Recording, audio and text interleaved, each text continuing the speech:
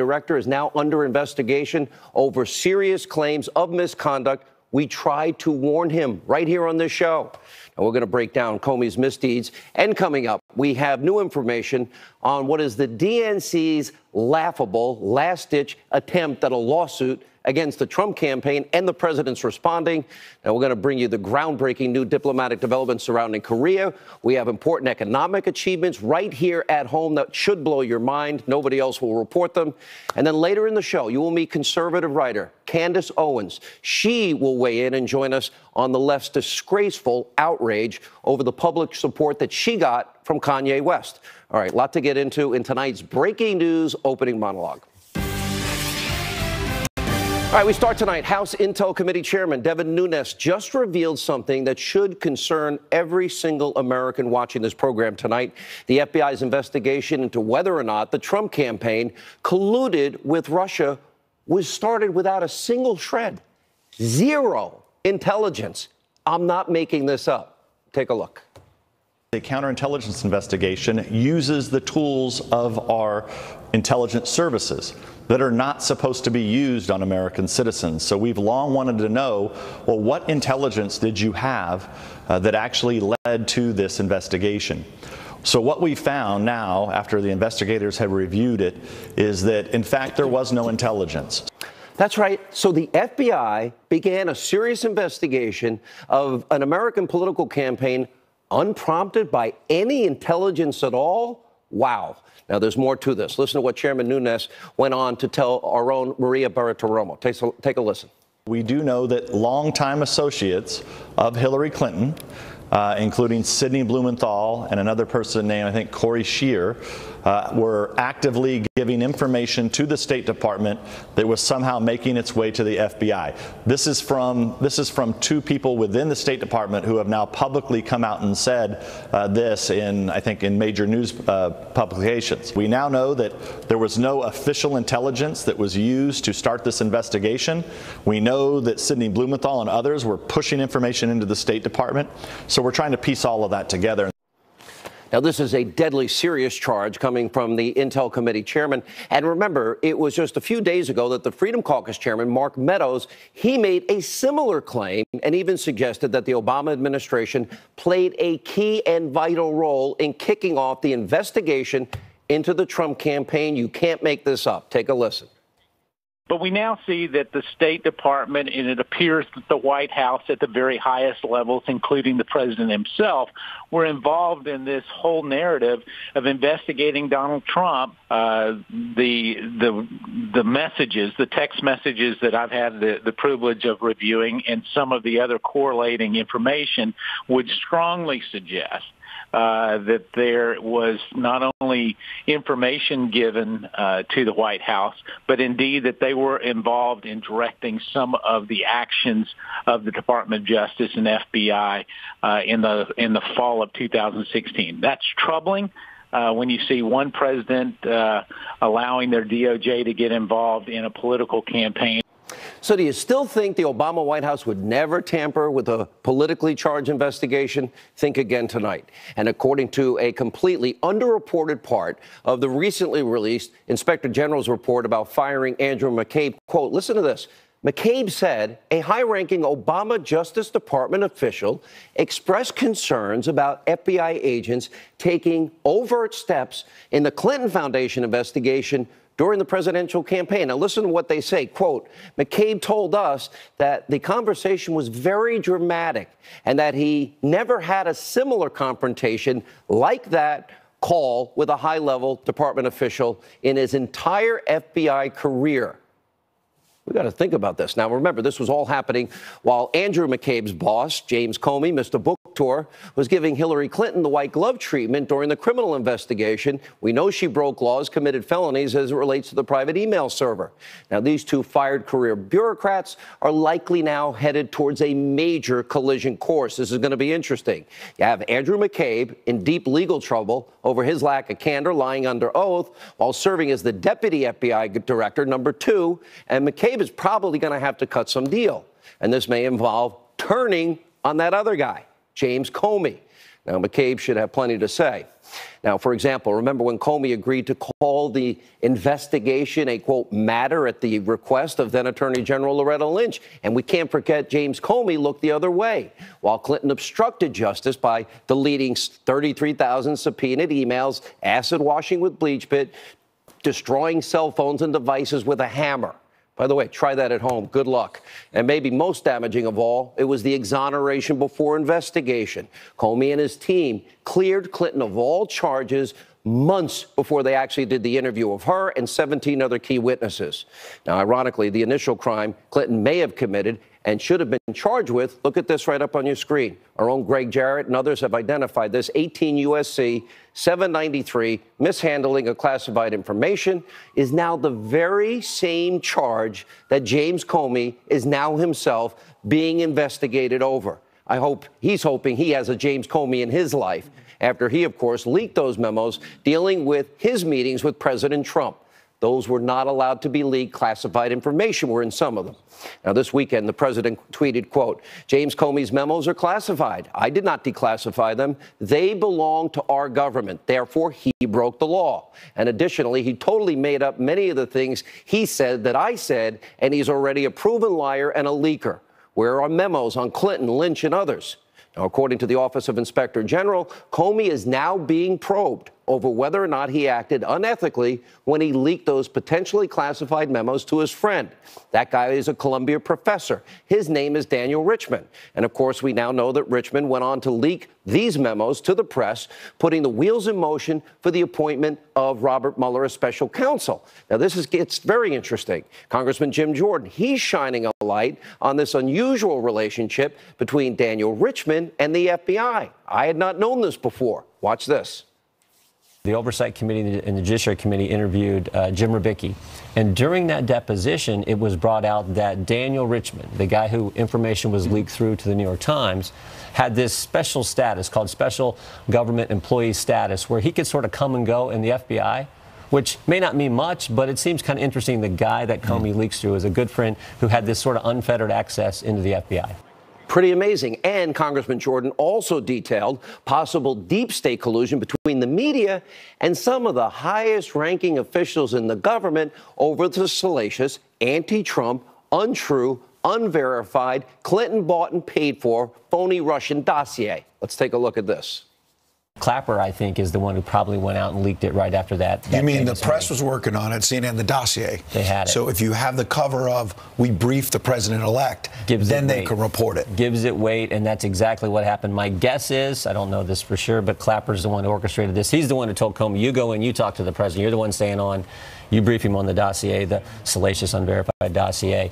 And then, of course, right then after that, CNN talks about it, prints it, and then BuzzFeed printed the whole thing. Right, now, this is the same dossier that was used to acquire that FISA warrant against the Trump campaign associates. And remember, they lied to the FISA judges. And remember, they never disclosed who paid for this.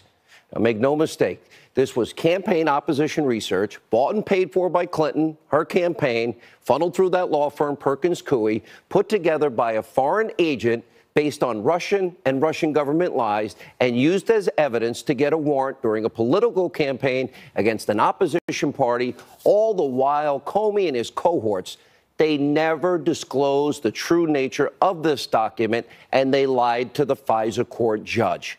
That is a crime, which brings us to our next top story. Now, the Democrats' laughable lawsuit against the Trump campaign, WikiLeaks, and Russia. Now, we all know this court-filed conspiracy theory. It is nothing. Please understand that this is a desperate publicity stunt. But breaking tonight, the DNC's brand new lawsuit is now revealing what is almost an unbelievable double standard. All right, so we told you about the anti-Trump dossier. They presented that to the FISA court to get the warrant we've been talking about tonight and nearly every night on this program for the last couple of months. So the dossier that was used to get the warrant that supposedly links Trump to Russia in the most salacious, embarrassing ways that was never verified. In this lawsuit, it is nowhere to be found. It's not even in there. Let's lie to the judge, but let's not lie to the next judge. Okay, I really understand this. So the Democrats, along with the Clinton campaign, were the ones that paid a foreign spy to piece together this document on Russian lies and rumors and so-called Russian intelligence. Now listen to what Chairman Nunes had to say about this totally embarrassing political Hail Mary. Take a look. We know who colluded with Russians. They don't want to admit that they colluded with Russians, but they hired they hired a law firm that hired Fusion GPS, that hired a British spy that went and colluded with Russians. So I don't understand why they just didn't open up a lawsuit against themselves. They should name themselves and sue themselves so that they can get to the bottom of what do they have on their servers. Why didn't they give those servers to the FBI? This is nothing more, nothing less than a continuation of fundraising off of this scandal. This is unbelievable. Now, clearly, as many are now noting, this move from the Democratic Party whiffs of nothing but desperation. And even some in the Democratic Party, including Claire McCaskill, they're admitting this lawsuit is merely a distraction. By the way, she's up for re-election. That's probably just for political expediency. Now, meanwhile, President Trump, he announced his response on Twitter. Look what he wrote. Just heard the campaign was sued by the obstructionist Democrats. This can be good news in that we will now counter for the DNC server that they refused to give to the FBI, the Debbie Wasserman Schultz servers, and documents held by the Pakistani mystery man and Clinton emails. By the way, we'll bring you more information as that plays out. Luke Rosiak at the Daily Caller has done amazing work. All right, finally tonight, we're going to end on some good news you'll never hear from anybody in the media. Despite what I describe as the 5 forces that have been working to defeat this president, one to prevent him from getting elected, then to delegitimize him and get him thrown out of office, you have the media, you have the never-Trumpers, you have weak establishment Republicans, you have Democrats, and, of course, the deep state. You know, the Trump agenda keeps seeing massive, major progress both right here and abroad. Now, this includes big progress on the economy. Look at this. 14 states, 14, have now hit record low unemployment numbers, including Alabama, Arkansas, Texas, Hawaii, even California, Wisconsin. Now, meanwhile, the U.S. is also seeing record low unemployment for African Americans and Hispanic Americans. And on the international front, we'll talk more about these developments later. Late last week, North Korea announcing, this is huge, little rocket man, they will suspend all ballistic missile testings, and they plan to close a nuclear testing site. And according to reports tonight, Kim Jong-un also has dropped his demand that all U.S. troops leave the Korean peninsula. They can stay in South Korea. Now, this comes ahead of the president's upcoming meeting with the North Korean dictator. Now, these major groundbreaking developments came as a shock to many in the mainstream media. One fake news CNN reporter literally became speechless. And this is priceless. Take a look. Kim Jong-un saying North Korea no longer needs any nuclear tests, mid-range and intercontinental ballistic missile tests, and he's saying that the nuclear test site in the northern area near the Chinese border at Punggye-ri has completed its mission, therefore will likely be closed. This is an extraordinarily significant development and, frankly, a huge win for President Trump. I am really almost speechless here at the pace at which North Korea has done this U-turn. And this all started with Donald Trump agreeing to sit down for a summit with Kim Jong-un. Good news for Trump, good news for the world, makes CNN speechless. That speaks volumes. Now, of course, what we're seeing tonight is just the latest in what is a long list of accomplishments. You can see right there on your screen, but you're likely to never see these things reported in the mainstream media. Now, I have been talking about, and this message of these 5 forces working against the president, these narratives are now dying, especially Trump-Russia collusion, and the president's agenda is working, which is good for the American people. Here's my final word tonight. It's time to put this hatred, this obsessive-compulsive hatred in the media, in the deep state, in the Democratic Party aside. Work for the American people. Work for a more peaceful, prosperous America and the world. Maybe we'll actually get along. Anyway, coming up, just wait until you meet our upcoming guest, Candace Owen. She's joining us later tonight. Hear about the support she is receiving from Kanye West. It is driving liberals nuts, and you'll hear a viciousness against this young woman that will shock your conscience. And also later in the show tonight, I have an answer to the media, which is clearly obsessed with me. Hi. Glad you're watching. Joining us with reaction to this monologue, former White House Press Secretary Sean Spicer. Fox News legal. You're not allowed to make the host laugh. That's so unfair. Greg Jarrett, nationally syndicated radio talk show host. Sorry.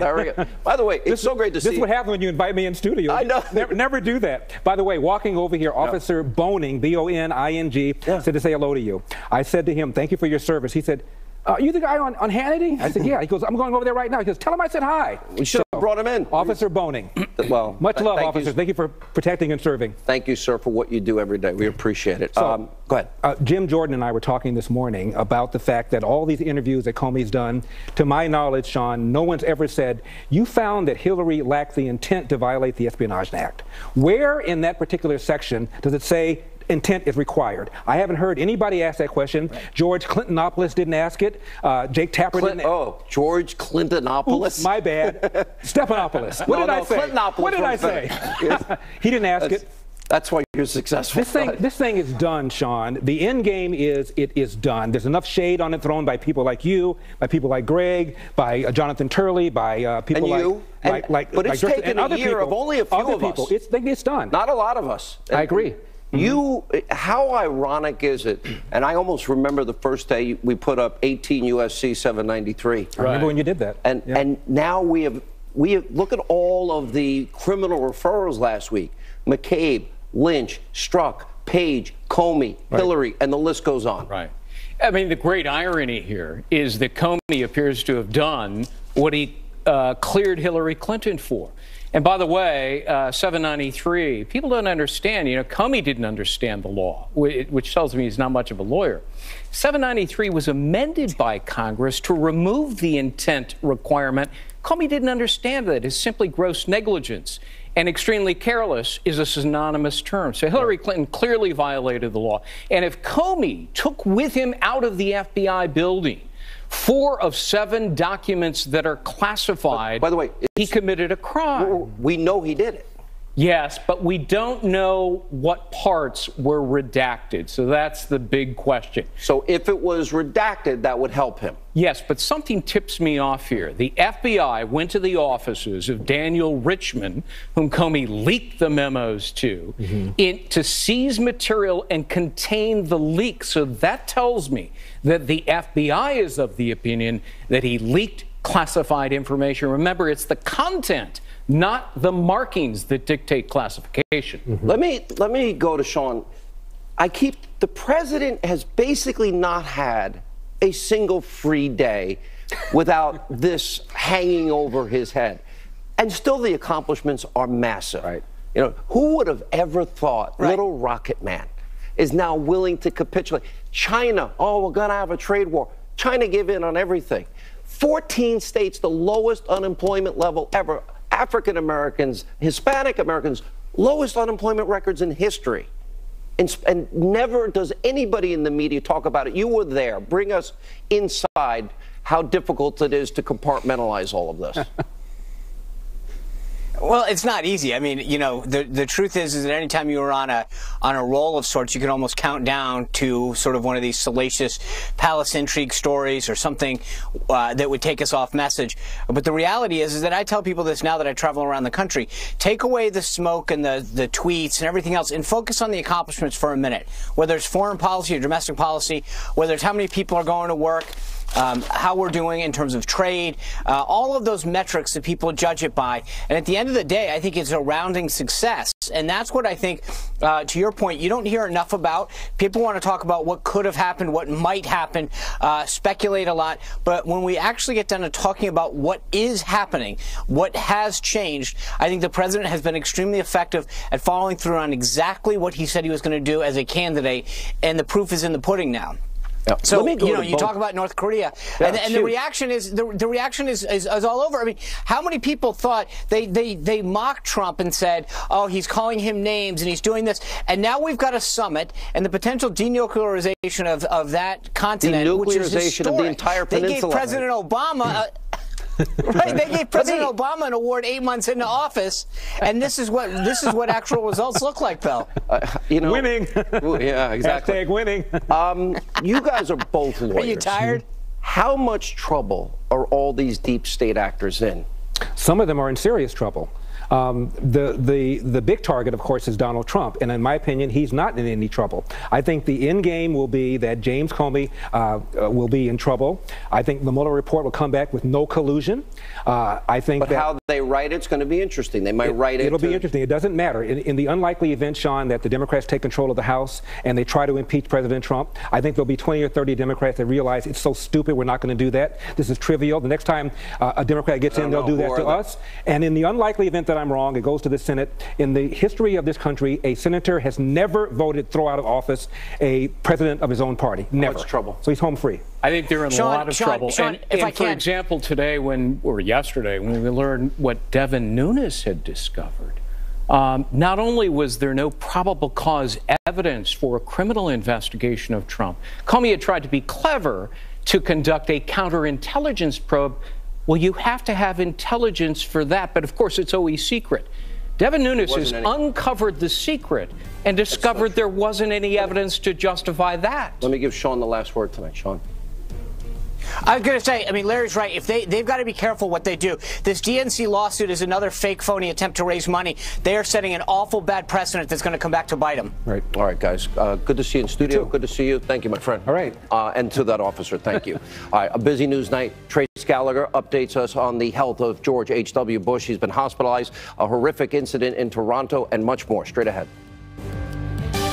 All right, we're following two big stories tonight involving George H.W. Bush's health and the deadly van crash in Toronto. Joining us now from our West Coast newsroom, Fox News, is Trace Gallagher. Trace, two sad stories. We're praying for the former president and, of course, these people in Toronto.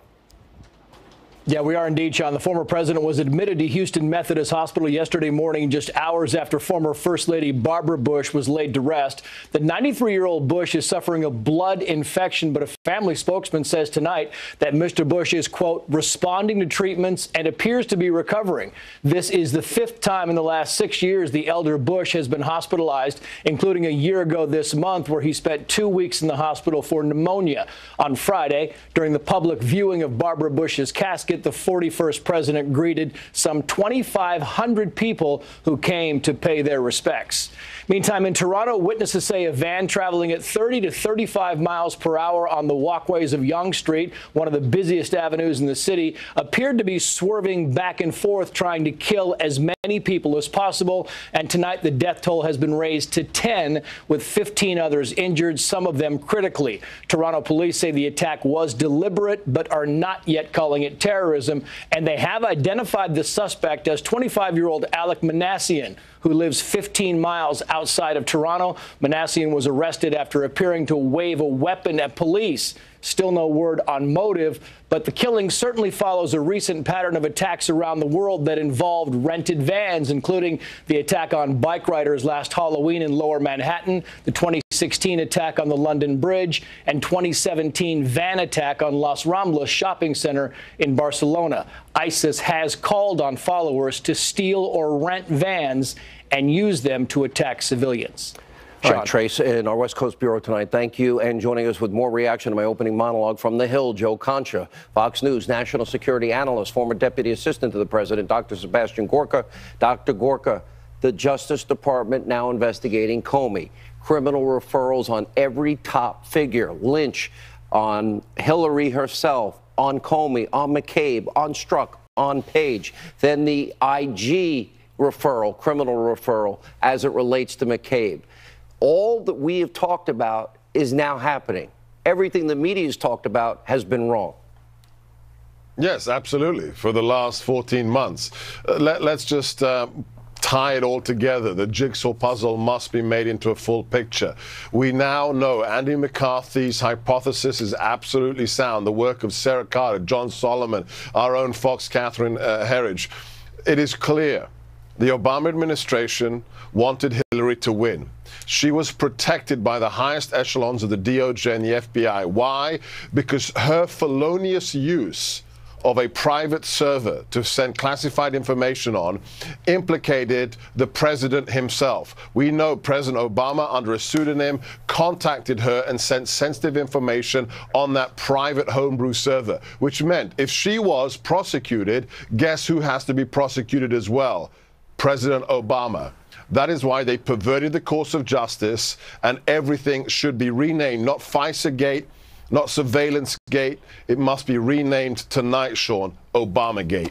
Deep State Gate, Obamagate, whatever you want. Joe, you follow the media. You follow their coverage. I'm not ever expecting a retraction and an apology, but the level of breathless hysteria and reporting, especially on the cable networks, not Fox, and in the Washington Post and the New York Times, anonymous sources, fake news, debunked stories, conspiracy theories. This now represents news in America? The New York Times, Sean, the biggest complaint among readers, and this has been going on for years and years, is the use of anonymous sources, the utter reliance on them, because obviously we don't know what motive those sources have. Usually it's probably a nefarious one if they want to get these things out. They're not just innocent whistleblowers. They're looking to push a narrative to hurt people in positions of power, and we've seen that over and over again. So, look, Devin Nunes, who is obviously the head of the Intelligence Committee in the House. He has been dismissed by the media for the most part. He's been called a lackey. And then you look at the other side, his counterpart, Adam Schiff. You know how many interviews Adam Schiff has done? And I'm not talking print interviews or online. I'm talking television broadcast interviews he's done since the president took office. 240. So if you need to know, if the media is picking a side, they're giving Adam Schiff a huge stage on an almost daily basis, while Nunes is seen as, well, that's the guy who's just trying to support Trump, trying to push a false narrative. I think that's all the evidence you need, Sean. You know, and it is interesting, Dr. Gorka, and you mentioned there's a group of us. You're included in that group, and Sarah and Greg and Larry, and I can't mention everybody. And the bottom line is, this is the biggest abuse of power we've ever seen in this country's history, the biggest corruption case in history. I've never seen, you know, unmasking, leaking, surveillance, FISA abuse, exonerations before investigations, felonies just not even being prosecuted. Every one of these stories is unbelievable. We've had problems. We've had scandals in the past. You go back to the 60s and the 70s especially. There's a reason we had the Church and Pike commissions. We had COINTELPRO, which was a scandal for the FBI. But guess what, Sean? In almost every case, it was the good guys overstepping the mark. There were bad people, there were radicals, there were arsonists, there were terrorists like the Weathermen Underground, and they were overzealous in the application of intelligence tools. Sean, in this case, it's not going after bad guys, it's going after your your opponent in a democratic election. It's going after somebody you politically disagree with and using the intelligence community and political differences. Right. And that's a massive scandal for the Republic. Last word, Joe.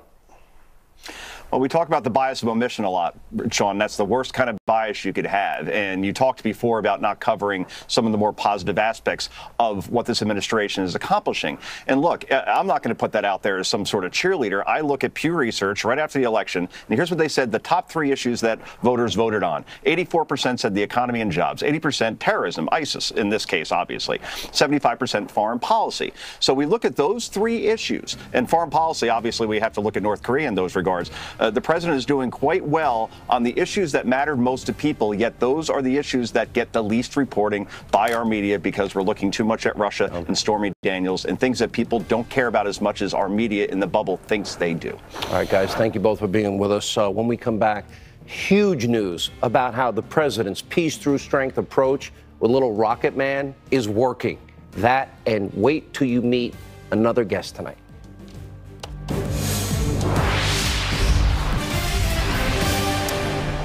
Major breaking news with the stunning announcement that North Korea will suspend their nuclear and long-range missile testing and will close a major nuclear test site. There is no doubt a huge win for the peace through strength policies of the president and his administration. And we're guessing that liberals in the mainstream media are a little bit red-faced right about now. Remember when they predicted that Donald Trump was going to lead all of us to a nuclear war with North Korea? The idea of a nuclear showdown with North Korea keeps you up at night? I would recommend deleting your Twitter app. He is not merely being cavalier with a threat about nuclear war. He's being cavalier in a way that makes him seem demented. These are the messages from a person who is not well, from a leader who is not fit for office. President Trump is goading Kim Jong-un to test a nuclear missile again, to prove its reliability, to show him wrong. And fundamentally, I think it comes across as two kindergartners who are jostling each other, except that each has nuclear weapons. Well, here's too late after 100,000 Americans die. After a nuclear holocaust. Or after a million die in Seattle. And that's where we are. This is not an exaggeration. Trump's comments about nuclear weapons have experts worried he could literally inadvertently trigger a catastrophe.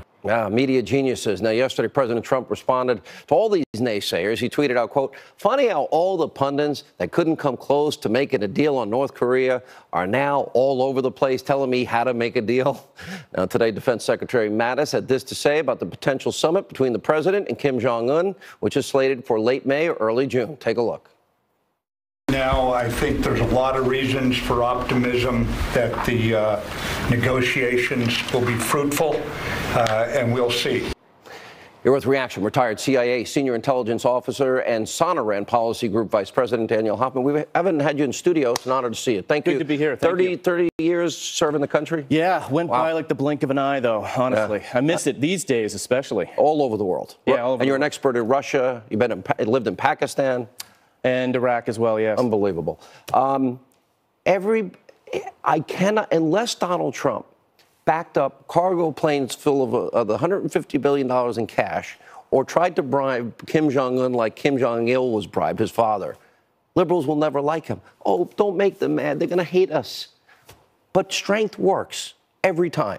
Yeah, I think some of those pundits forgot the lessons we learned from Ronald Reagan, who was equally as hard on the Soviet Union. Evil empire. Called him the evil empire, made some of the most eloquent speeches. We remember the tear down the wall, Mr. Gorbachev speech at Brandenburg Gate. And at the same time was negotiating arms control agreements.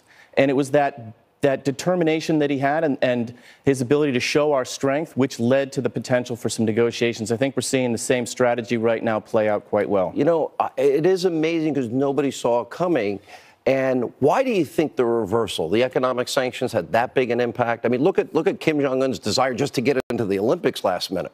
So I think a couple of things. I think for sure the sanctions are stinging North Korea. But I also think the president's direct outreach to Kim Jong-un matters a lot because the Chinese would like to be involved. And they're out right now. And I think the president caught everybody a little bit off guard.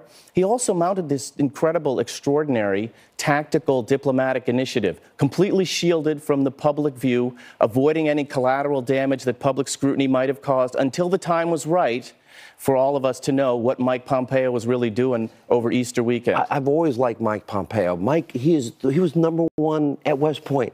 This guy is a smart man. And thank God he'll become the next Secretary of State. I want to ask you, we also got the concessions from China, the Chinese president, as it relates to intellectual property rights and trade. I want to ask you, you had written a piece about Brennan, the former CIA director. What about him? Well, my concern about John Brennan was some of the tweets that he made regarding the president and his comments on Morning Joe a couple of weeks back where he... Liberal Joe. We don't call it Morning, Liberal Joe show. Okay, I got to get with the Hannity program. Hannity lingo. Yes, sir. Yeah. So he was insinuating, he said he was speculating that Vladimir Putin could blackmail President Trump. And that is risking a lot of collateral damage to our national security. He should be taking the Hippocratic Oath, maybe of exercising his freedom of speech, although I think personally it's unseemly for someone involved in... It really is. In intelligence to come back and get into partisan politics that way, but then do no harm to our national security while you're exercising that right. Isn't it amazing that the people that are most angry about the things that have come out about the FBI and the Justice Department and FISA and all these things and unmasking and leaking intelligence, the people that I know that are angriest are the people in the intel community that protect us every day, and the FBI, those rank and file guys that protect us every day, and all of whom put their lives on the line. They are apoplectic, and a lot of the information coming out is because of their bravery and honesty. I think there's some frustration when down in the trenches you see things really clearly, and you're briefing up to your director, who in turn is briefing the president. And sometimes politicians in the previous administration I saw like to start with the answer and then kind of twist the information to fit their solution. And from the perspective of somebody who was in the trenches and saw really what the threats were to our national security, and you look at Syria and Iraq. If we and saw South them, how Asia, scared would the average American be? It would freak most people out. Probably. Pick one. Look, we know the results of what happened in Syria, where ISIS had a lot of geographic space, and Iraq, because we retreated from those places. We know that in South Asia, the president completely swiveled with his policy on retaining our troops in Afghanistan when the Obama administration wanted to remove them. Listen, you're a true patriot and hero. Thank you. Honor to have you in studio. Thank Thanks you. for your My honor, too. You've been great. Thank Thank you. you. Liberals have been vicious. I mean vicious, attacking conservative Candace Owens. Now, Kanye West has praised her on Twitter. She is here tonight to exclusively respond. That's next.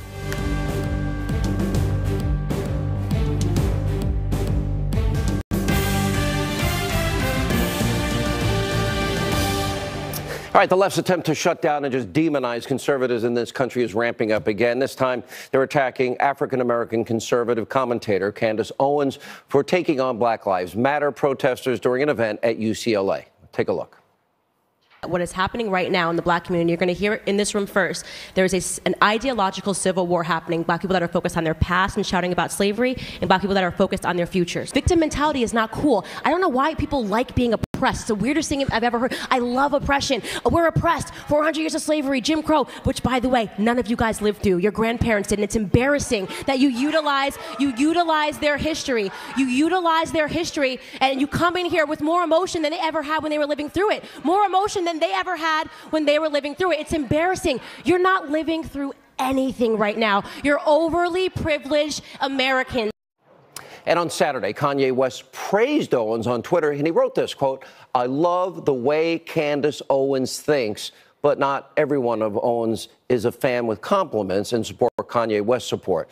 Look at what Tom Arnold went on a sexist, brutal, vicious, hateful, racist tirade on Twitter. Here's just some of what he tweeted. "Aside from being an insane alt-right race pimp, Candace Owens thinks Donald Trump is literally the Messiah, not you, at Kanye West, so you might want to reconsider." He also wrote, "At Real Candace, good luck glomming on to Kanye West. His family already told him you were a phony and a fraud, a former Democratic bad actress." But I don't even want to talk about this anymore.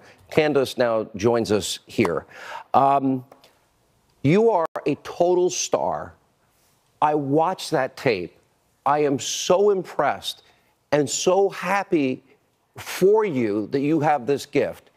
But I am so sad for you also that you have to take on those vicious attacks like that. Thank you so much, first of all, for the compliment. It means a lot coming from you. And let me tell you, do not be sad for me. This is exactly what I wanted. This is exactly what I intended to happen, because I knew exactly what I was going up against. When you go up against the left, this is what they do. They try to essentially say that you are not allowed to think differently. I say it all the time. Blacks are ideological slaves and pawns to the Democratic Party. Try and invest in real estate. If you don't put your money on under a mattress, believe me, I know what you mean. It's not the same, though. How I watched Kanye West, I was so happy that he did that, because that's what I always thought. Everybody should embrace this freedom. Why do so many have a problem with this? It's not a problem with it. You have to think about what the left has done successfully. They've hijacked our education. They hijacked our families via LBJ and the Great Society Act, taking away black fathers so that black youth would start to look at hip-hop culture and NBA and NFL athletes for the right direction. This is why they're constantly utilizing Hollywood, and there's developed this underground system of conservative thinkers in Hollywood for fear of losing their jobs. Kanye West is just the first person that's brave enough to come out swinging against them and saying that he has a right to think according to how he would like to. I really thought, honestly, it was so refreshing that he did that, and I was happy for you. You know, a very dear friend of mine, Deneen Borelli, she's been a guest on this program often. She wrote a best-selling book, Blacklash. The first thing she writes in the book is Google my name. And because she happens to be a black American who is conservative, the things that come up are the most vicious. Why? Why do you think that is?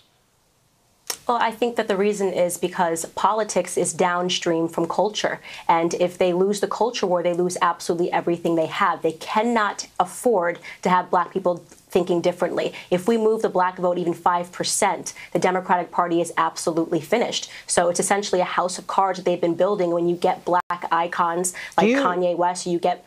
Oh, I'm sorry. Go ahead. Finish your thought. No, finish your thought. Or you get black stars to speak out against them, they're in serious trouble.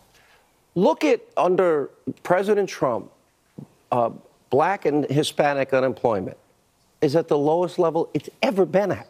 14 states have record low unemployment numbers. After 8 years of President Obama, 13 million more Americans were on food stamps, 8 million more were in poverty. I said that every night.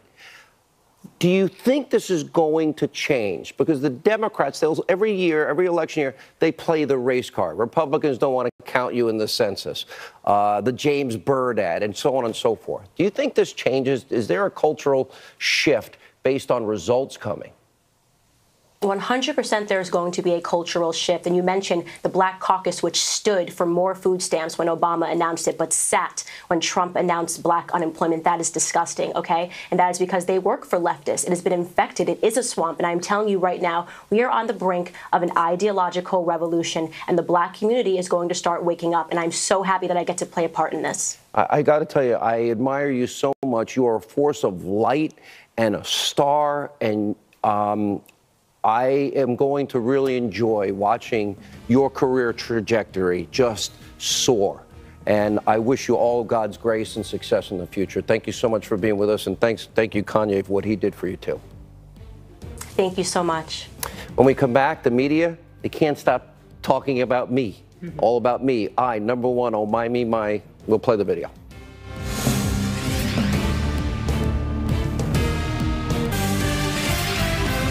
It's actually now becoming funny. The liberal media, they can't stop talking about me. They're obsessed. Watch. Sean Hannity. Sean Hannity. Sean Hannity. Sean Hannity. Hannity. Hannity. Hannity. Hannity. Hannity. Hannity. Hannity. Sean Hannity. Sean Hannity. Sean Hannity. Sean Hannity. Sean Hannity. Sean Hannity. Sean Hannity. Sean Hannity. Sean Hannity. Sean Hannity. Hannity. Hannity. Hannity. Hannity. Hannity. Hannity. Sean Hannity. Mr. Hannity. Sean Hannity. Sean Hannity. Sean Hannity. Mr. Hannity. Sean Hannity. Sean Hannity. Sean Hannity. Sean Hannity. Hannity. Hannity. Hannity. Hannity. Hannity. Hannity. It's truly unbelievable. All right. Now, the answer to every report about me from this weekend can be found on my website.